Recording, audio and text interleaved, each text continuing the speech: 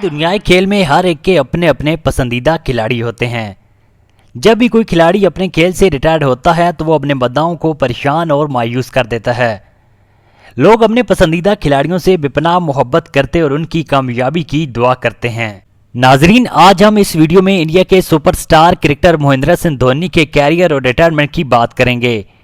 Video शुरू करने से पहले अगर आपने हमारे चैनल को सब्सक्राइब नहीं किया तो हमारे चैनल को सब्सक्राइब कर लें। महेंद्र सिंह धोनी भारतीय क्रिकेट टीम के कामयाब तरीन क्रिकेटर, कामयाब कप्तान, कामयाब विकेटकीपर और कामयाब बैट्समैन हैं। अच्छे क्रिकेटर होने के साथ साथ वो एक अच्छे इंसान भी हैं। धोनी 7 जुलाई 1981 को रांची, भारत में पैदा हुए। धोनी ने अपने कैरियर में 538 मैचेस खेले, 17,266 रन बनाए, 16 सेंचुरी और 108 निस सेंचुरी स्कोर की। अपने कैरियर में 359 छक्के लगाए, 634 कैचेस पकड़े और 195 स्टंप्स किए।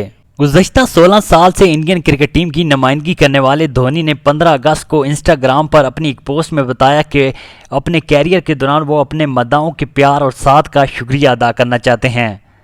7:29 पर इंडिया के मुकामी वक्त से उन्हें रिटायर्ड समझा जाए। मैं पल दो पल का शायर हूं के गाने के साथ इस वीडियो पोस्ट में उन्होंने इंडियन टीम में इब्तिदा से लेकर आखिर तक गुजारे गए यादगार लम्हों की तस्वीर भी शेयर की।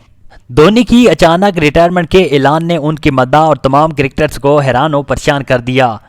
उनके चाहने वालों और तमाम सुपरस्टार क्रिकेटर्स ने उनको शानदार अल्फाज में खराज तहसीन पेश किया।